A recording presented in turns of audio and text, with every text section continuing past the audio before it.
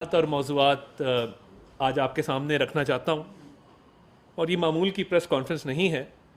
कुछ अहम कौमी मामलात और कुछ अहम कानूनी मामलात मैं चाहूँगा कि आपके गोश गुजार करूँ, और उन ऐलानात के ज़रिए उम्मीद करेंगे कि ये मुमलिकत खुदादाद इसमें मुआशी तौर पे भी इस्तेहकाम आए और सियासी तौर पे भी इस्तेहकाम आए, और जो हमारे अहदाफ हैं इस मुल्क में आवाम को रिलीफ देने के हवाले से और इस मुल्क को तरक्की याफ्ता ममालिक की सफ़ में शामिल करने के हवाले से, उसमें भी हम अपना भरपूर किरदार अदा कर सकें। तो मैं ये समझता हूँ कि पिछले चंद दिनों से मुल्क के अंदर एक हैजानी कैफियत पैदा करने की कोशिश की जा रही है, और पूरी कौम ने एक फ़िल्म का ट्रेलर चलाया जा रहा है सात खून माफ़ के नाम से, कि स्याह करें सफ़ेद करें, मुल्क के ख़िलाफ़ साजिश करें, मुल्क को तोड़ने की साजिश करें, बैरून मुल्क लॉबी करें, लॉबिंग फर्म्स हायर करें, पाकिस्तान के ख़िलाफ़ करारदादें मंजूर करवाएं, साइफ़र का ड्रामा रचाएं, फ़ॉरेन पॉलिसी को नुकसान पहुंचाएं, 9 मई के हमले करें, IMF के हवाले से मामलात को पेचीदा करके मुल्क को डिफ़ॉल्ट करने की कोशिश करें। आपको पूछने वाला कोई नहीं। ये एक तासुर दिया जा रहा है इस मुल्क के अंदर कि जो भी हो वो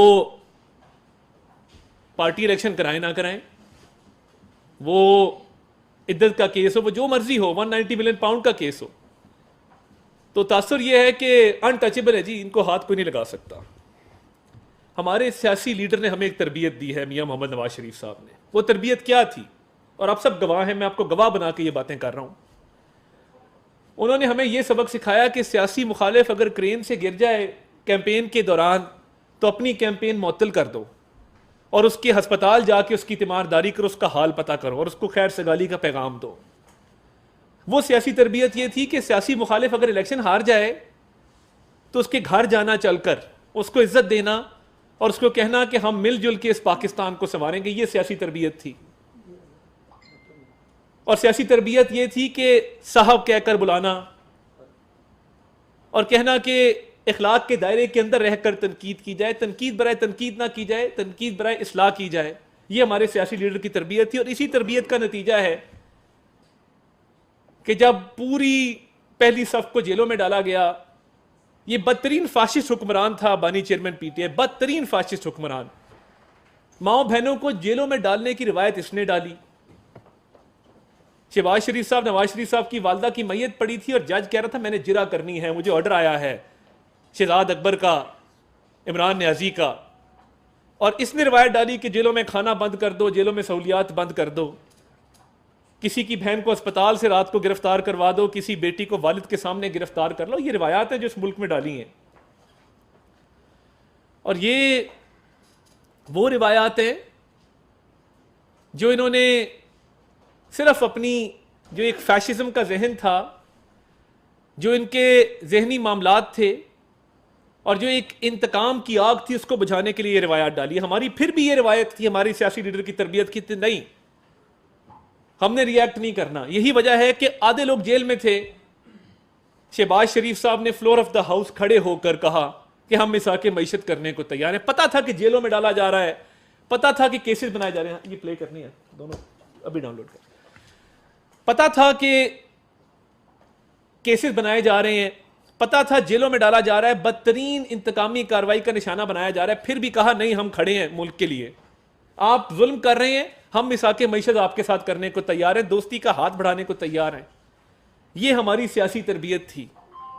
और यह हमें सबक सिखाया गया था कि मुल्क की खातिर सियासी मुखालफत को सियासी दुश्मनी में तब्दील ना करना। और हमें यह सबक सिखाया गया था कि सियासी मुखालिफ की खुशी गमी में शरीक होते हैं। हमें किसी ने नहीं कहा था कि सियासी मुखालिफ की कोई गम हो तो उसमें शरीक मत होना। वो एक और तरबियत किसी ने दी थी एक और पार्टी को कि इनको शादियों पे कोई नहीं बुलाएगा, इनके गम में कोई नहीं जाएगा, क्योंकि उनके नज़दीक सियासी मुखालफत शायद दुश्मनी होती है, हमारे नज़दीक नहीं होती।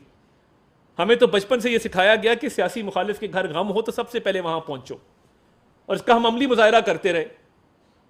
मगर बदकिस्मती है कि शायद हमारी अच्छी तरबियत को, शायद हमारे ये जो मामलात थे जिनमें हम अफाम व तफहीम से काम ले रहे थे, दानिशमंदी का सबूत दे रहे थे, तहम्मुल मिजाजी से काम ले रहे थे, बुर्दबारी से काम ले रहे थे। हमारी इस पेशेंस को और हमारी इस दानिशमंदी को शायद कमजोरी समझा गया कि शायद ये तो कुछ कर नहीं सकते, तो बड़े कमजोर लोग हैं, ये तो अच्छी बात करते हैं आगे से, ये तो चोर डाकू के नारे नहीं लगाते, ये तो दोस्ती का हाथ बढ़ाते हैं, ये तो तीमारदारी में बिलीव करते हैं, ये तो फातिहा खानी कहने में बिलीव करते हैं, ये लोगों के साथ रवादारी और रवाबत बढ़ाने में यकीन रखते हैं, तो ये तो पता नहीं किस किस्म के लोग हैं।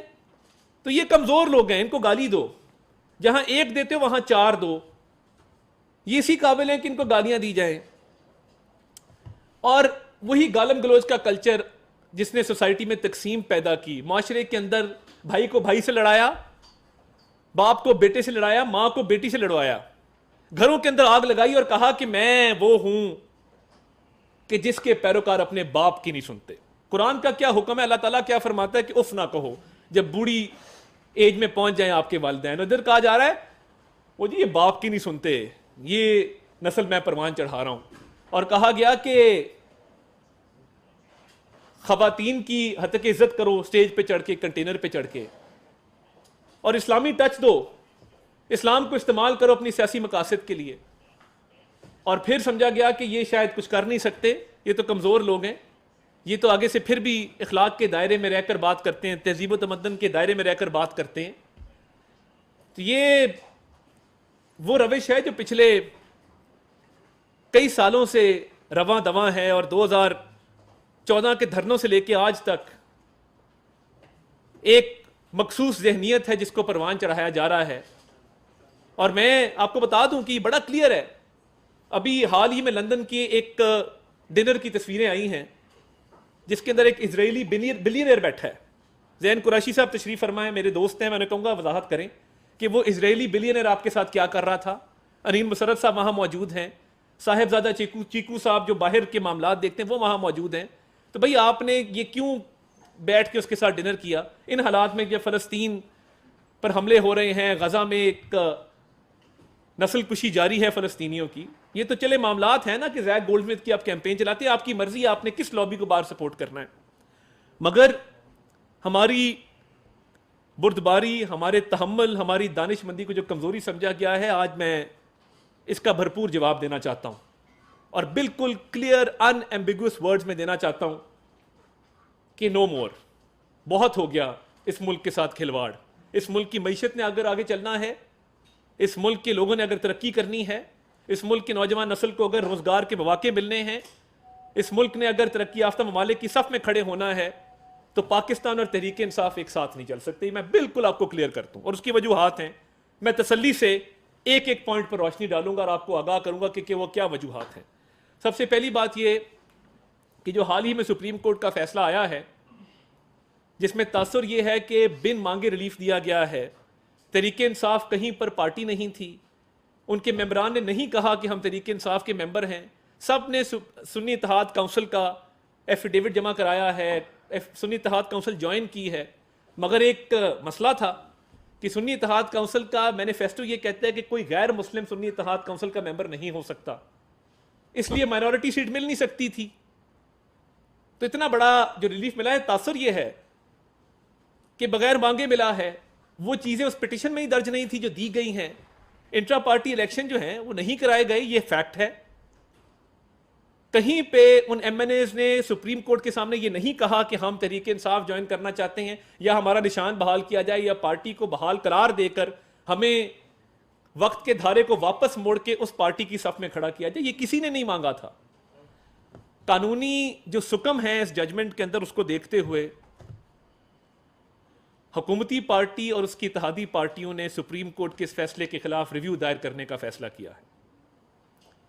ये रिव्यू हम दायर करने जा रहे हैं और जो कानूनी सुकम है, जो कानूनी कमजोरियां हैं, और देखिए ये हमारी बात या आपकी बात नहीं है, बात ये है कि एक ऐसा फैसला आया है जो प्रेसिडेंट बनना है, क्योंकि सुप्रीम कोर्ट के ऑर्डर के बाद अगले फैसले क़यामत वाले दिन अल्लाह ताला की अदालत में होने हैं। तो हम ये समझते हैं कि हम ये रिव्यू दायर करने में हक बजानिब हैं और वो ख़वातीन और माइनॉरिटीज़ के मेंबर्स जिनकी हक तलफी हुई है, जिनको सुना नहीं गया, जिनकी लीगल आर्ग्यूमेंट्स को वेट नहीं दिया गया, वो ये समझते हैं कि ये रिव्यू दायर करना लाजिम है। तो ये हुकूमती इत्तेहाद की सियासी जमातें और हुकूमती जमात ये रिव्यू दायर करेगी और ये क्वेश्चन पूछा जाएगा कि जिन 80 या उससे ज़ायद जो MNAs को रिलीफ दिया गया है, क्या वो अदालत के सामने मौजूद थे? क्या उनका एफिडेविट मौजूद था? क्या उन्होंने ये रिलीफ मांगा था जो उनको रिलीफ दिया गया है? क्या इलेक्शन एक्ट 2017 की शिकों को कुलअदम करार दिया जाए? क्या आइन को बालाए ताक रख दिया जाए और आइन की शिकों पर अमल ना किया जाए? क्या आइन की तशरीह करना और आइन में तरमीम करना क्या पार्लिमान का इख्तियार नहीं है? क्या ये इख्तियार पार्लिमान को नहीं हासिल कि वो आइनी तरमीम भी कर सके, वो कानून में भी तरमीम कर सके? क्या ये फैसला कर लिया गया है कि आइन जो मर्जी कहे, एक पॉलिटिकल पार्टी को यह हक दिया जाएगा जो वो हक नहीं रखती? तो हम ये समझते हैं कि आइन के हवाले से हमारे पास आइनी शिकों के हवाले से बड़े स्ट्रॉन्ग पॉइंट्स मौजूद है इस नसरसानी की दरख्वास्त के लिए। तो इसलिए ये दरख्वास्त जो है ये दायर की जा रही है। और जैसे मैंने कहा कि हमारी बुर्दबारी, हमारे तहम्मुल और हमारी दानिशमंदी को शायद कमज़ोरी समझा जाता है, हमारे अखलाक को शायद कमज़ोरी समझा जाता है। तो मैं ये बिल्कुल क्लियर कर दूं कि हुकूमत ये इरादा रखती है कि जिन्होंने, जिस सियासी जमात ने इस मुल्क के अंदर फॉरेन फंडिंग ली और उस फॉरेन फंडिंग का इलेक्शन कमीशन ने फैसला दिया और ये कहा कि आपने ममनुआ फंडिंग ली है ममनुआ ज़राए से, और उसके अंदर वाज़े तौर पर सबूत मौजूद हैं कि उसमें भारतीय निजात अमरीकी शामिल हैं, जिसमें अमेरिका में ऐसे लोग शामिल हैं जो एक मखसूस लॉबी से ताल्लुक़ रखते हैं, उनकी फंडिंग आई है, वुटन क्रिकेट क्लब के मामलात हैं। तो ये फॉरेन फंडिंग का फैसला आपके खिलाफ आया है और आप 6 साल स्टे ऑर्डर क्यों लेते रहे? आपने इलेक्शन कमीशन के दायरा इख्तियार को चैलेंज किया, स्टे ऑर्डर पे स्टे ऑर्डर लिया, 6 साल इस मुकदमे को ताखीर का शिकार किया क्योंकि आपके पास अपने दिफा में कहने को कुछ नहीं था। तो ये जो फॉरेन फंडिंग आपने ली है, कोई भी सियासी जमात को कोई फंडिंग करता है तो वो इस नजरिए से करता है कि ये जमात जब बरसरे इक़्तिदार आएगी तो ये कुछ ऐसे फैसले करेगी जो उस फंडिंग करने वाली लॉबी के हक में होंगे। तो आप बताइए ना, जो बाहर बैठे हैं, और हम तमाम लोगों का एहतराम करते हैं, तमाम ममालिक का एहतराम करते हैं, बट कुछ ममालिक में मौजूद जो चंद लॉबियाँ हैं जिसमें इजरायली फंडिंग नज़र आती है, जिसमें भारतीय निजात अमरीकी नज़र आते हैं, उनसे जो फंडिंग आपको आई है आप उसका दिफा करने में नाकाम रहे हैं। तो ये जो फॉरेन फंडिंग है इसका केस आपके खिलाफ आ चुका है फैसला, और आप अपने दिफा में कुछ नहीं कह सके। वुटन क्रिकेट क्लब के हवाले से जो मामलात हैं उसमें भी आपके पास कोई दिफा नहीं था। आपके अकाउंट में पैसे आए हैं, आपने ज़ाती तौर पे वो पैसे इस्तेमाल किए हैं, जुर्म साबित है।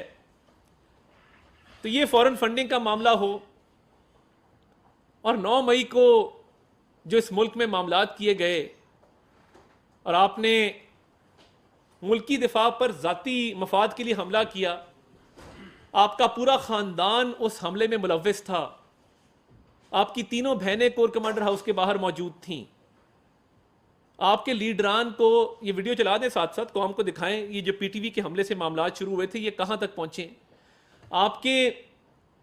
आपका भांजा वहाँ पे वर्दी की बेहुरमती कर रहा था, आगे लगाई जा रही थी और कौम को पैगाम दिया जा रहा था कि जी इनकलाब बर्पा होने लगा है, तो फौरी तौर पे जो है वो अपनी अपनी लोकेशंस पर पहुँचे।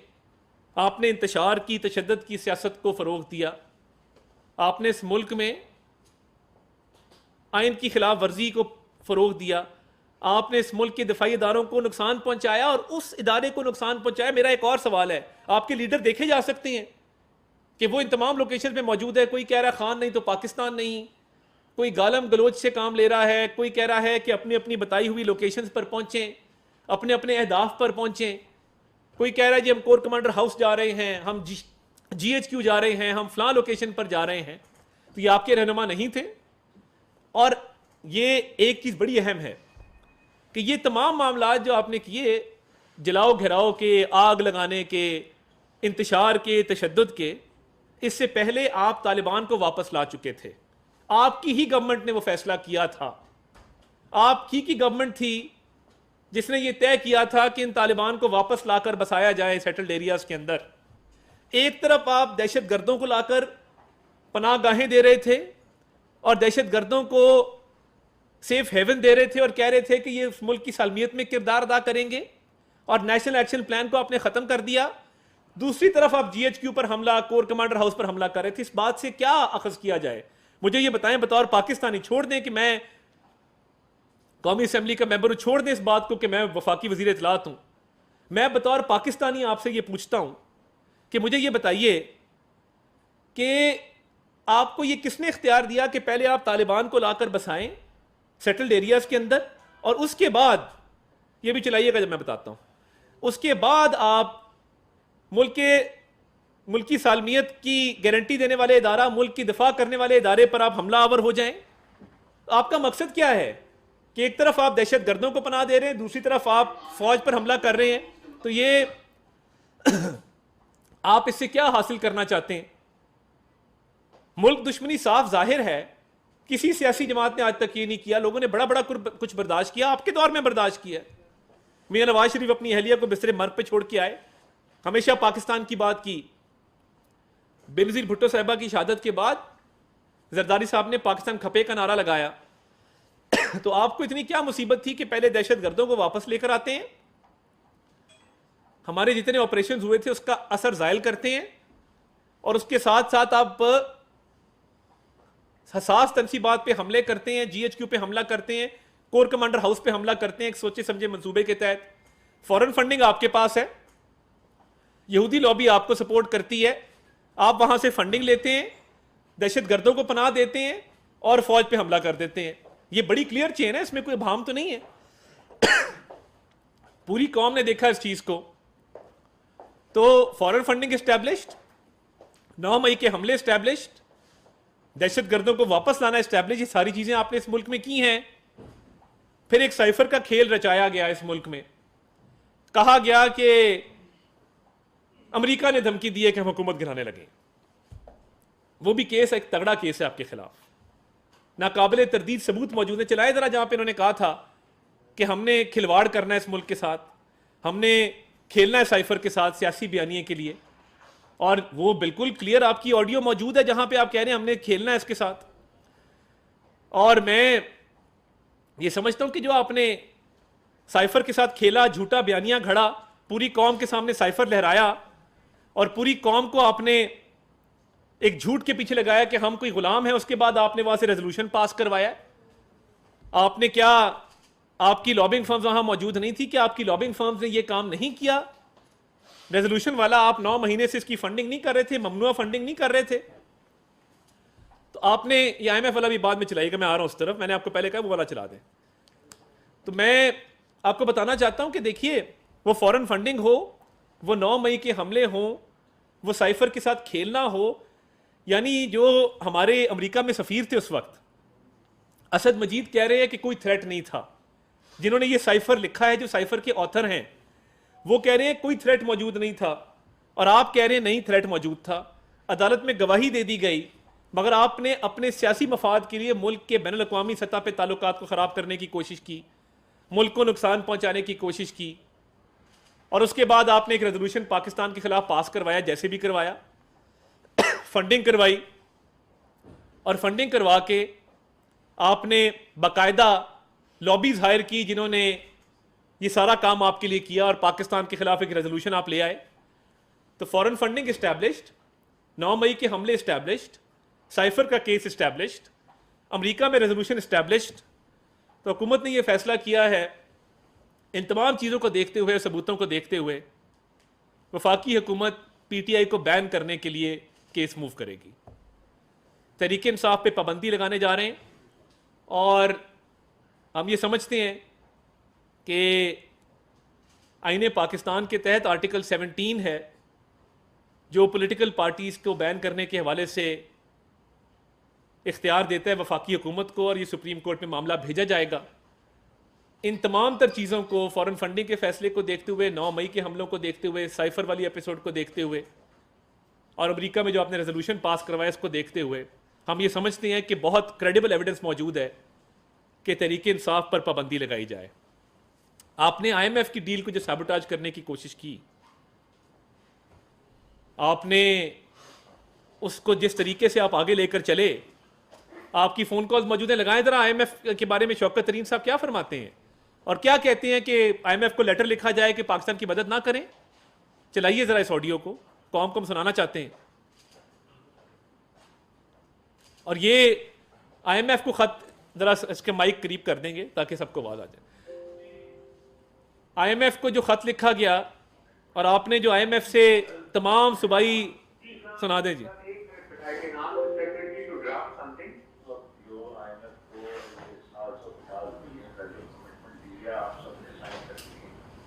तो आपने अभी कह देना है कि जनाब वाला जो आपने कमिटमेंट दी थी वो फ्लड से पहले दी, अब फ्लड पे हमें बहुत पहले टच करना पड़ेंगे, तो इसलिए हम आपको ये बता रहे हैं अभी से कि we will not be able to honour our commitment. बिल्कुल ये लिखा आपने और कुछ नहीं करना। तो वो जो है ना, दैट्स ऑल वी वांट कि वो उसको के ऊपर जो प्रेशर पड़े इस सारों के ऊपर, ये अपना खुद हमें अंदर करवा रहे हैं, हमारे ऊपर टेररिज्म की चार्ज। ये आप देखिए कि सियासी मफाद की खातिर कह रहे हैं कि IMF को लेटर लिखो, बंद करते हैं। IMF को लेटर लिखो और पाकिस्तान को डिफॉल्ट करा दो। यानी सियासी मफादात की खातिर IMF को लेटर लिखने तक आप चले गए कि पाकिस्तान डिफॉल्ट कर जाए, यहाँ पे LCयाँ ना खुलें, लोग बैंकों से पैसा विड्रॉ कर लें, एयरलाइनें आना बंद हो जाएं और मुल्क दिवालिया हो जाए। ये आपकी कोशिश थी। ये आपने IMF के प्रोग्राम को सैबोटाज करने की कोशिश की, और ये IMF के प्रोग्राम में आप गए थे, हम नहीं गए थे। आपने कहा था कि मैं खुदकुशी कर लूंगा, IMF के पास नहीं जाऊंगा, और उसके बाद आपके वजीर खजाना ने IMF को लेटर लिखवाने के हवाले से तमाम सूबाई वज़राए खजाना को कहा कि IMF को लेटर लिखो और कहो कि पाकिस्तान की इमदाद ना की जाए।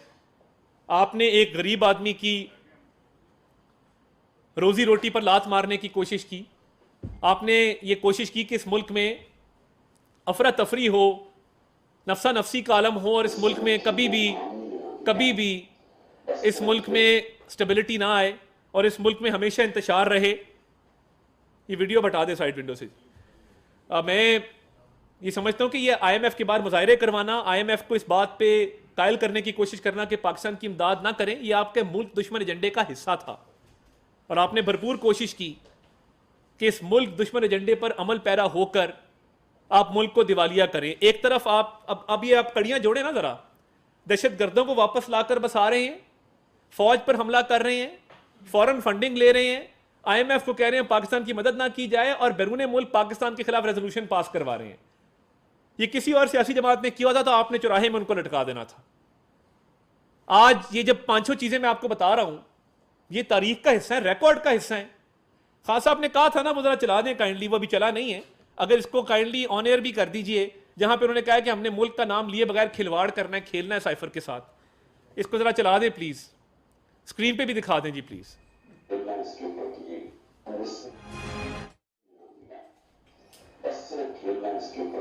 सिर्फ खेलना है इसके ऊपर।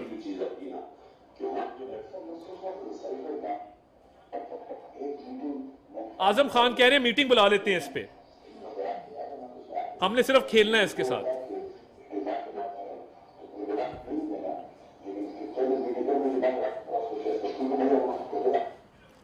ये आप देखें कि खान साहब की अपनी आवाज है और कह रहे हैं कि हमने साइफर के साथ खेलना है। एक शख्स खुद ही एतराफ कर रहा है, अदालत कह रही है नहीं नहीं नहीं आप तो मासूम है, आपने तो किया ही कुछ नहीं है। वो खुद कह रहा है मैं खेल रहा हूं साइफर के साथ, मगर अदालत ये बात मानने से कासिर है। अब ऑब्वियसली सोशल मीडिया पे बहुत सारी ट्वीट्स की जाती हैं जिसमें गालियां दी जाती हैं, लोगों को हम समझते हैं, इज्जत एहतराम करते हैं, लोग प्रेशर में भी आते हैं, हम ये देख रहे होते हैं और दबाव भी होता है सोशल मीडिया का। मैं एक साहब ने मुझे एक दफा खुद कहा कि जी सोशल मीडिया की हम ट्वीटें देखते हैं और बड़ा इसका दबाव होता है।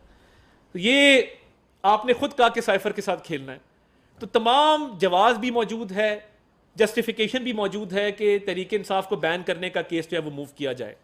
आगे आइए, आपने आइन की खिलाफ वर्जी करते हुए असेंबलियों को तोड़ा था नो कॉन्फिडेंस के दौरान। जरा कासिम सूरी साहब, इसके स्टे ऑर्डर वाले कासिम सूरी साहब, जो 4 साल स्टे ऑर्डर पे असेंबली में बैठे रहे, डिप्टी स्पीकर की कुर्सी पर विराजमान रहे, वो कासिम सूरी साहब जिन्होंने असेंबली थोड़ी तरह चला दें, फुटेज प्लीज आपके पास होगी। यानी सुप्रीम कोर्ट ने भी कहा कि यह आइन की खिलाफ वर्जी है। आइन में यह बात बड़ी वाजे दर्ज है। आइन कानून और रूल्स के मुताबिक होना जरूरी है। किसी गैर मुल्की ताकत को यह नहीं कि वो साजिश के तहत पाकिस्तान के अवाम की मुल्क से हुकूमत को गिराए। वजीर कानून ने जो नुकात उठाए वो दुरुस्त है, वैलिड है, लिहाजा मैं रूलिंग देता हूं कि एतमाद की करारदाद आइन और कौमी मुख्तारी व आजादी से मुनाफी है और रूल्स और ज़ाब्ते के खिलाफ है। ये करारदाद का मुस्तरद डिसअलाउ करने की रूलिंग देता हूं। विभागीय कार्रवाई वजीर कानून ने जो नुकात उठाए हैं वो दुरुस्त है, वैलिड है, लिहाजा मैं रूलिंग देता हूं कि एतमाद की करारदाद आइन और कौमी मुख्तारी व आजादी से मुनाफी है और रूल्स और ज़ाब्ते के खिलाफ है। ये करारदाद में मुस्तरद डिसअलाउ करने की रूलिंग देता हूं। ईवान की कार्रवाई आइन कानून और रूल्स के मुताबिक होना जरूरी है। असेंबली तहलील नहीं की जाएगी।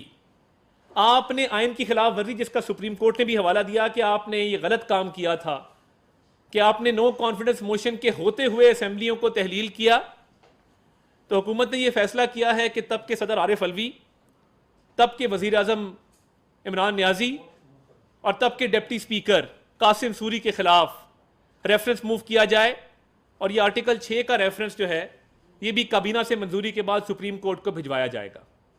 और हम ये समझते हैं कि ये तारीख की सिमत जो है उसका दुरुस्त तयन होना चाहिए और तारीख का दुरुस्त होना बहुत ज़रूरी है कि कल को जिसका दिल चाहेगा वो फॉरेन फंडिंग भी लेगा, जिसका दिल चाहेगा असेंबली भी तोड़ेगा, जिसका दिल चाहेगा वो दहशत गर्दों से भी मिलाप करेगा, जिसका दिल चाहेगा वो IMF की डील को साबोटाज करेगा, जिसका दिल चाहेगा वो अपनी फौज पर हमले भी करेगा। तो ये जो जराइम की फहरिस्त है ये इतनी बड़ी है कि आप असेंबली तोड़ते हैं और आपको कोई नहीं पूछता और आइन की खिलाफ वर्जी करते हैं। तो इन तीनों अशखास के खिलाफ ये फैसला किया गया है कि हम प्रोसीडिंग्स चलाएंगे और काबीना से मंजूरी के बाद ये मामला सुप्रीम कोर्ट को रेफर किया जाएगा। अब मैं उस तरफ आता हूं कि हमारे जो मेहनत काश, हमारे जो मजदूर, हमारे जो बाहर रहने वाले तारकीन वतन हैं, ओवरसीज पाकिस्तानी से बड़े मेहनती लोग हैं। वो रोजी रोटी कमा के इस मुल्क की रेमिटेंसेस में इजाफा करते हैं, इस मुल्क को टैक्स अदा करते हैं, इस मुल्क की खुशहाली में अपना किरदार अदा करते हैं। मगर कुछ मखसूस लॉबियां वहां मौजूद हैं बैरून मुल्क जो ना सिर्फ पाकिस्तान मुखालिफ एजेंडा चलाते हैं, वो बाकायदा सेपरेटिस्ट मूवमेंट्स को सपोर्ट करते हैं, वो पाकिस्तान की सालमियत के खिलाफ साजिशें करते हैं, वो वहां से फंडिंग ममनुआ सोर्सेज से लेते हैं, वो पाकिस्तान के इदारों के खिलाफ, पाकिस्तान की सालमियत के खिलाफ कैंपेनों में इन्वॉल्व होते हैं। और ये इलीट ऑफ द इलीट है। जिस तरह मैंने बताया, अभी एक पीछे लंच या डिनर हुआ जिसमें जैन कुरैशी साहब थे और वो एक इजरायली अरबपति वहां मौजूद था जो इजरायली आर्म फोर्सेस की भी फंडिंग करता है। वो मैं अभी तस्वीर भी आपसे शेयर कर लेता हूं। तो ये मुझे बताया ना कि ये बाहर बैठ के क्या करते हैं। हमारे जो ब्लू कॉलर वाले, वाइट कॉलर वाले जो वहां पे जॉब्स करते हैं, ज़र मुबादला भेजते हैं, जो मेहनत कश है, मजदूर हैं, जो बैंकर्स हैं, इंजीनियर्स हैं, डॉक्टर्स हैं, हमारे सरों का ताज हैं। मगर मखसूस लॉबियां वहां पे पाकिस्तान के खिलाफ साजिश में मसरूफ अमल हैं। हुकूमत ने उनके खिलाफ तादीबी कार्रवाई करने का फैसला किया है। सख्त तरीन कानूनी कार्रवाई अमल में लाई जाएगी।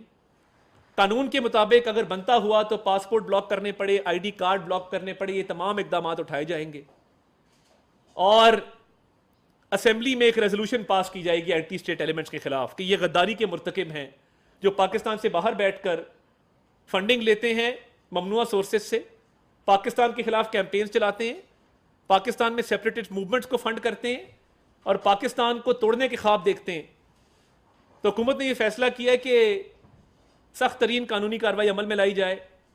और देखिए, मैंने पहले कहा हमने तहम्मुल का मुजाहरा करके देखा, बुर्दबारी का मुजाहरा करके देखा, हमने कहा दानिशमंदी से काम लिया जाए। इन तमाम चीज़ों को हमारी कमज़ोरी समझा गया बदकिस्मती से कि ये तो बड़े कमज़ोर हैं, इनको जेलों में डालो तो ये कहते हैं मिसाके मैशत कर लो हमारे साथ, इनकी माओ बहनों को जेलों में डालो तो ये कहते हैं कि कश्मीर पे हम बात करने को तैयार हैं, आओ बैठ के मिल के बात करते हैं। ये मुल्क की सालमियत की बात करते हैं, पता नहीं किस तरह के लोग हैं, कहां से उतरे। तो इनको गाली दो, इनको चोर डाकू कहो, और अपने जब करतूत निकले तो फिर अरबों रुपए के तोशाखाना के तहाइफ हैं। अब चेयरमैन नैब को टारगेट कर रहे हैं, पूरी एक कैंपेन चलाई जा रही है, क्योंकि चेयरमैन नैब ने किसी बिजनेसमैन को टारगेट नहीं किया, उन्होंने किसी ईज ऑफ बिजनेस को प्रमोट किया इस मुल्क के अंदर। और अब सूरत हाल ये है कि अब प्रेशर डाल रहे हैं कि नैब जो है वो तोशाखाना के केसेस से पीछे हट जाए। ये पता नहीं किस तरह के लोग हैं जो मदर पिदर आजाद हैं, जिनको ना किसी मां का पता है ना बाप का पता है, और जो सिर्फ मनमानी पर उतरे हुए हैं कि हमने मुल्क को तबाह करना है, कि खान नहीं तो पाकिस्तान नहीं। हम भी यही समझते हैं कि खान और पाकिस्तान इकट्ठे नहीं चल सकते, आपने ठीक कहा है। तो ये तमाम मामलात मैं आज आपके सामने रखना चाहता था कि हुकूमत ने ये 4 बड़े फैसले किए हैं, और इस हवाले से आगे कानूनी कार्रवाई की जाएगी। आइन और कानून के दायरे के अंदर रहते हुए ये तमाम प्रोसेस पूरे किए जाएंगे, और इन मामलात को आगे बढ़ाया जाएगा, ताकि आइंदा कोई सियासी जमात हो, कोई फर्द हो, वो आइन तोड़ने का ना सोचे, वो ममनुआ फॉरेन फंडिंग लेने का ना सोचे, वो दहशत गर्दों से मिलाप करके पाकिस्तान की फौज पर हमला करने का ना सोचे, वो बैरून मुल्क बैठ के पाकिस्तान की सालमियत को नुकसान पहुंचाने का ना सोचे, वो पाकिस्तान के दफाई इदारों पर हमले का ना सोचे, वो फॉरेन फंडिंग लेने का ना सोचे। ये तमाम मामलात, IMF की डील को साबोटाज करना, मुल्क को डिफॉल्ट करवाना, साइफर से खेलना, आपने ना कहा हो कि साइफर से खेलना है, हम अपना केस वापस ले लेते हैं। आपके अल्फाज हैं कि हमने खेलना है, आपने साइफर के साथ जो किया, आपने मुल्क दुश्मन कुव्वतों को तकवीयत दी और पाकिस्तान का नुकसान किया सियासी फायदे के लिए। आपको आके आपके जो एडवाइजर थे, जो अब मुल्क से बाहर हैं, वो बताते थे, खान साहब अगर ये नारा लगा देना बड़ा पॉपुलर हो जाएगा मुल्क के अंदर, आप साइफर से खेलें, आप लोगों को कहें कि हम कोई गुलाम हैं। अब अगर हम कोई गुलाम है का नारा लगाया था, तो फिर ये रेजोल्यूशन क्यों करवाया और इस पे पैसे क्यों लगवाए, और ये अरबों रुपए आपके पास आते कहां से हैं? क्या ECP का डिसीजन मौजूद नहीं है? आपके जराइम की फहरिस्त अगर गिनना शुरू कर दें, फॉरेन फंडिंग से शुरू होती है, IMF की डील को साबोटाज करना, 9 मई के हमले करना, तोशाखाना का केस, साइफर का केस, आपके खिलाफ इतना मवाद मौजूद है कि किसी सियासी जमात ने किसी एक टेन्योर में इतने जुर्म नहीं किए जितने आपने इन पौने 4 साल के अंदर किए हैं। तो ये तमाम कार्रवाइयां अमल में लाई जाएंगी कानून और आइन के मुताबिक, और आने वाले दिनों में इनके प्रोसेस को मुकम्मल किया जाएगा। बहुत शुक्रिया। जाफर साहब, तारक साहब, ये बताइए कि आपने जो ऐलान किए हैं, इनके करने में क्या ताखीर नहीं आपने कर दी, और इतनी ताखीर का सबब क्या है? देखिए, मैं और सुन लें, सुप्रीम कोर्ट से मावराए आइन एक फैसला आया, और उसके बावजूद आप रिव्यू पिटीशन में जा रहे हैं। और सवाल मेरा ये है कि ये जो MNAs और MPAs उस पार्टी से तल्लुक रखते हैं जिसका भी आपने जिक्र किया, उसको बैन कर रहे हैं, क्या आपका बैन करने का ऐलान ये काफी होगा कि उन लोगों को असेंबलियों में उस वक्त तक दाखिले से रोक दिया जाए जब तक सुप्रीम कोर्ट से इस रेफरेंस का फैसला ना आए? बहुत शुक्रिया जी साले साहब, आप बड़े सीनियर और बड़े मंजे हुए सहाफ़ी हैं। देखिए, इस मुल्क की खातिर, रवादारी को फ़रोग देने की खातिर, अफ़ाम तफ़हीम से मामलात को आगे चलाने की खातिर हमने तहम्मुल से काम लिया, हमने बहुत पेशेंस दिखाई। मगर मैंने जिस तरह पहले कहा कि शायद उस चीज़ को हमारी कमज़ोरी समझा गया कि ये कुछ कर नहीं सकते, तो अब वक्त आ गया कि तारीख का भी जो है वो तयन दुरुस्त सिमत में किया जाए और कुछ इस मुल्क में प्रेसिडेंट सेट किए जाएं। वो बिल्कुल हम उस पर क्लियर हैं। दूसरी बात ये है कि आपका बड़ा अहम सवाल है दूसरा, और मैं ये समझता हूँ कि ये जो बैन लगाने के हवाले से काफ़ी देर से इस पर गौर व हो रहा था, और इस पर लीगल तैयारी जो है वो काफ़ी हद तक मौजूद है।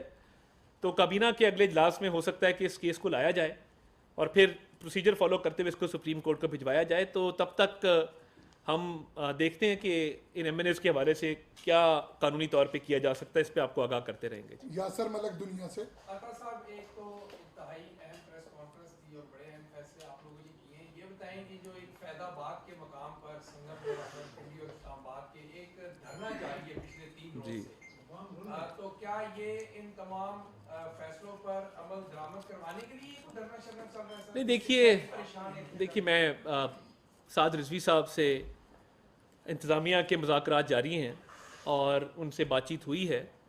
वो फ़लस्तीन की सिचुएशन के हवाले से वो बात कर रहे हैं जो उनका हक़ है। और देखिए वज़ीर आज़म ने जो शंघाई कोऑपरेशन ऑर्गेनाइजेशन के इजलास में कहा कि इज़राइल जंगी जराइम का मुर्तकब हुआ है, कहा कि नस्ल कुशी की जा रही है, कहा कि इज़राइल के ख़िलाफ़ एक्शन लिया जाए। ये तमाम बातें मैं चाहता हूँ कि साद रिजवी साहब भी सुने, और मेरा ख्याल है कि इंशाल्लाह ताला हम जब उनको ये यकीन दहानी करवाएंगे कि हुकूमत इसमें बहुत आगे जा रही है और अपना भरपूर किरदार अदा कर रही है और आलमी फोरम्स के ऊपर इस पर बातचीत कर रही है, तो मेरा ख्याल है वो बात समझ जाएंगे। तो वो एक फ़लस्तीन वाली सिचुएशन के हवाले से है, तो हम उनसे बातचीत की जारी रखे हुए हैं। जवेद हुसैन साहब 92 से। सर जो शवाहिद और जिसको आपने कहा ठोस शवाहिद आपके पास मौजूद हैं रेफरेंसेस के लिए, ये ऑलरेडी अदालतों में जाके सेट असाइड हो चुके हैं और उनके ऊपर फैसले आ चुके हैं। अब ये समझ नहीं आती कि आपके पास ऐसा कौन सा एविडेंस है जिसकी बुनियाद पे आप रेफरेंस दायर करके पाबंदी लगवाएंगे, आर्टिकल 6 लगवाएंगे जो सुप्रीम कोर्ट में एक्सेप्टेबल होगा। दूसरा सर, ये जो फैसला आया अभी हाल ही में मखसूस नशिस्तों का, उसमें 8 और 5 की शरह से वो फैसला था जो 72-75 साल से मुल्क के मसाइल पैदा करने वाले जो लोग हैं जिनके खिलाफ रेफरेंसेस दायर होने चाहिए थे, उनके खिलाफ कोई रेफरेंस नजर नहीं आता। तो क्या जो 8 जजेस जो अभी बैठे जिन्होंने फैसला दिया है, तो उनके खिलाफ भी रेफरेंस दायर करने का कोई इरादा रखते हैं आप? देखिए, मैं जो 4 फैसले किए हैं मैंने वाज़ेह तौर पे बयान कर दिए कि असेंबली तोड़ना तो आइन की खिलाफ वर्जी, सुप्रीम कोर्ट का ऑर्डर मौजूद है, तो वो तो क्लियर आर्टिकल 6 ही है ना, उस पर और तो कोई आर्टिकल नहीं लगता। और ये तमाम केसेस, फॉरेन फंडिंग का केस हो, वो फैसला इन फील्ड है कि ममनुआ फंडिंग ली गई है, उसको अभी सेटिसाइड नहीं किया गया किसी भी फोरम के हवाले से। तो मैं ये समझता हूँ कि बड़े मजबूत केसेस मौजूद हैं और इनको बिल्कुल दायर किया जाएगा और काबीना से मंजूरी के बाद किया जाएगा। जो आपका दूसरा सवाल है, इस पर मैं कोई कमेंट इसलिए नहीं करता कि जो 4 फैसले थे मैंने आपको बता दी, मजीद इसके अलावा कोई फैसला और नहीं किया गया। नरीम जंजवाद जियो से। अभी जो सुप्रीम कोर्ट का गैर मामूली फैसला आया था, उसमें जजेस में का एक बड़ा अहम रिमार्क ये भी था कि पीटीआई एक सियासी हकीकत है। आप लोग जब इस पर पाबंदी लगाएंगे तो आपको नहीं लगता कि सुप्रीम कोर्ट आपकी राह में बहुत बड़ी रुकावट होगी? देखिए, मैं ये समझता हूँ कि या तो फिर किसी को लाइसेंस दे दिया जाए कि वो कत्ल गारत करे, अगवा करे, डकैती करे, चोरी करे और उसको एक हकीकत डिक्लेयर कर दिया जाए। देखिए, कानून का इससे कोई ताल्लुक़ नहीं है और हर किसी का हकीकत देखने का एक अपना जाविया है, अपना लेंस है। तो देखिए, इसलिए वो आपने देखा ना कि वो कानून को अंदर क्यों दिखाया जाता है कि ब्लाइंड फोल्ड होता है और उसने जस्टिस के स्केल्स पकड़े होते हैं कि वो फिर सोशल मीडिया नहीं देखता क्योंकि पट्टी होती है, वो ट्वीट्स और उनको नहीं फॉलो करता कि जी ये कौन क्या कह रहा है। तो मैं समझता हूँ कि ये जो एक जहन साजी की गई है इस मुल्क के अंदर, इसका इम्पैक्ट हर जगह हुआ है और तासुर यही मिलता है कि इसका भी इम्पैक्ट होता है, हर जगह होता है। और साइकोलॉजिस्ट इस पे बात करते हैं कि जी जहन इन चीज़ों का असर लेता है। तो मैं ये समझता हूँ कि हमारा रिव्यू बहुत स्ट्रॉन्ग है और हमारे कानूनी पॉइंट्स जो एक रद्द-ए-अमल आया, लोग जो बातें कर रहे हैं और जिस तरह का एक रद्द-ए-अमल इस फैसले के खिलाफ आया है, चले अगर कोई दरख्वास्त में ऐसी बात होती या उन 80 MNAs को सुना गया होता, उनके एफिडेविट मौजूद होते, दरख्वास्त में ये रिलीफ मांगा गया होता, तो वो अभी सोशल मीडिया पे चल रहा था कि फ़लाँ जगह जाएँ तो बड़ा कुछ मिलता है। उन्होंने कहा जी फ़लाँ जगह चले जाएँ, बिन मांगे भी मिल जाता है। राशिद अमीन साहब यार नहीं सर। सर वो क्या कहते हैं कि बीमार हुए जिसके सबब उसकी अफ्तार के लोड़े से दवा लेते हैं। आप पाबंदी लगवाने सुप्रीम कोर्ट के पास जा रहे हैं जिसमें 11 की से ये 2 की सिरे से तस्वीर है कि ये पार्टी एग्जिस्ट करती है और इनको इक़्तिदार ही दे दिया तकरीबन। तो क्या इनमें पाबंदी लगाने का कोई और तरीका नहीं है? अदालत के पास जाना। राशिद साहब बहुत शुक्रिया, आपका बड़ा अच्छा सवाल है और मैं समझता हूँ कि आपका ये एक्सपीरियंस है जिसकी बुनियाद पे आपने ये सवाल किया। देखिए, हमारा काम है कि मुकम्मल तैयारी के साथ, कानूनी शवाहिद के साथ, सबूतों के साथ ये रेफरेंस तैयार करके आगे भिजवाना और हम भरपूर इसका दफा भी करेंगे, इसके लिए लड़ेंगे भी और अपना मुकदमा जो है उसमें कोई कसर नहीं छोड़ेंगे। तो मैं ये समझता हूँ कि अगर कानूनी तौर पे हमने ये स्ट्रांगली आर्ग्यू कर लिया तो हम तो ये अभी भी उम्मीद रखते हैं कि गैर जानिबदारी से और मुनसिफाना तरीके से हमारी इन एप्लीकेशंस पर गौर किया जाएगा। समा शबीर अरब न्यूज़ से। जी मैम।